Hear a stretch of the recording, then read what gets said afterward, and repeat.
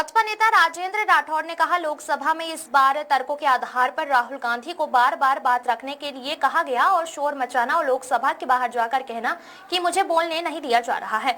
जनता जानती है, खाड़ी देशों में राजस्थान के 8 लाख से ज्यादा लोग कामगार के रूप में गए हैं।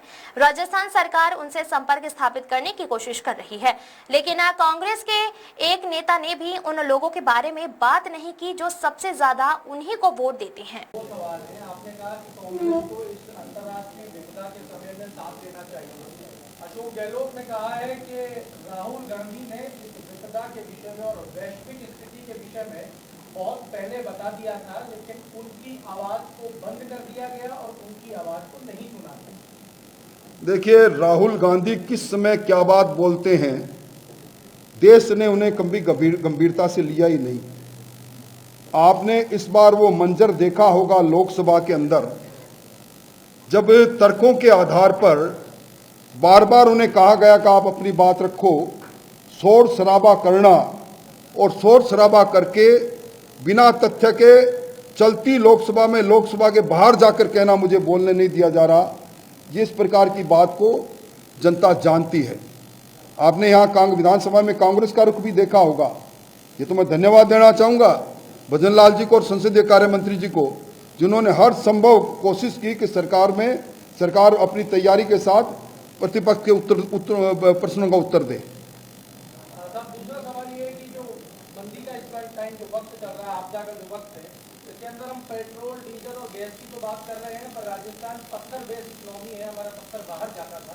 पहले हमें कर ने मारा और अब किराया मार रहा है। जो कंटेनर जाता था उसका पहले किराया $500 हुआ करता था, वो अब बढ़ के $8,000 तक चला गया। देखिए, इन सब सरकार इस पे कुछ योजना या कुछ पैकेज पे विचार कर रही है? सरकार, केंद्रीय सरकार ने डीजल और पेट्रोल पर एक्साइज ड्यूटी कम करके इस समस्या के समाधान की ओर, किराया किस प्रकार नियंत्रण में रहे, कंपनियां किस प्रकार डीजल और पेट्रोल की आपूर्ति करती रहे, इसके बारे में कदम उठाया है।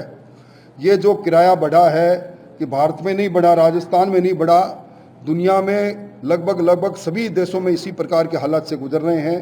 मुझे अफसोस इस बात का है कि खाड़ी देशों के अंदर राजस्थान के 8 लाख से ज़्यादा लोग अलग अलग कामगार के रूप में, दूसरे रूप में गए हैं। राजस्थान की सरकार हेल्पलाइन के जरिए और दूसरे उन सीधा संपर्क स्थापित करने की कोशिश कर रही है। कांग्रेस पार्टी उन लोगों में, जिसमें अधिकांश लोग अक़लियत के लोग हैं, उनके बारे में वोट लेने के लिए तो चिंतित रहती है, पर इस समय उनको चिंता नहीं। कांग्रेस के एक नेता ने ये नहीं कहा कि राजस्थान के खाड़ी के देशों में जो लोग हैं, चूंकि वहाँ सब प्रकार के रोजगार ठप हो गए हैं, ये कामगार ज़्यादातर इस मैन्युफैक्चरिंग इंडस्ट्रीज में लगे हुए थे, अलग अलग भवन निर्माण में लगे थे। भवन निर्माण का काम रुक गया, रोजी रोटी का सवाल है, वहाँ कांग्रेस नहीं बोल रही। मैं उन्हीं से पूछना चाहता हूँ, वो चुप क्यों हैं? उस वोट बैंक के लिए चुप क्यों हैं जो सर्वाधिक उन्हीं को वोट देते हैं?